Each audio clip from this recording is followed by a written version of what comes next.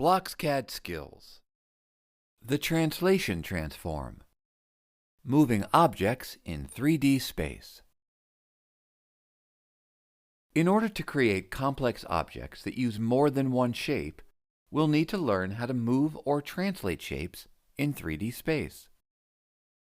In the render window, notice that the three axes each have their own color. X is red, Y is green, and Z is blue. By zooming out, the labels become more visible.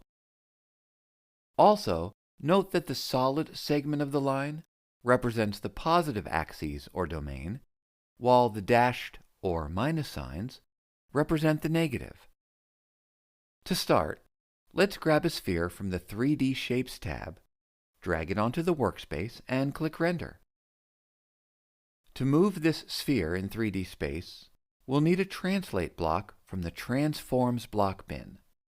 Drag it out and snap it around the sphere, like this. Let's start by moving the sphere 20 millimeters along the x-axis. Render, and you can see we've translated our sphere along the positive area of the x-axis.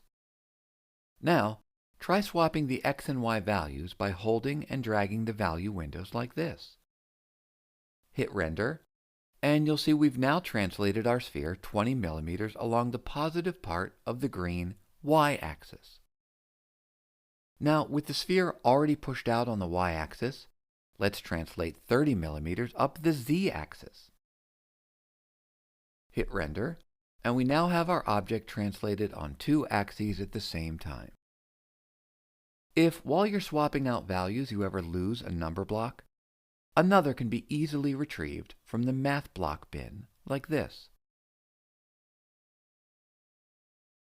The Translate block also contains a feature that allows you to add more bays or notches, so more objects can be translated within the same block. This feature is sometimes called a mutator. Keep in mind that any 3D shape placed inside the same translate block will be translated by the same amount. So if we add a bay, drag in a cube and render, both objects will be translated 20 millimeters along the x-axis and 30 millimeters along the z. For independent control of shapes, additional translate blocks must be used. Drag out a second translate block, snap in a cube, change the value, and render. And now we have our cube and sphere occupying different places in our 3D environment. If at any time you wish to undo a change, just click the Undo button like this.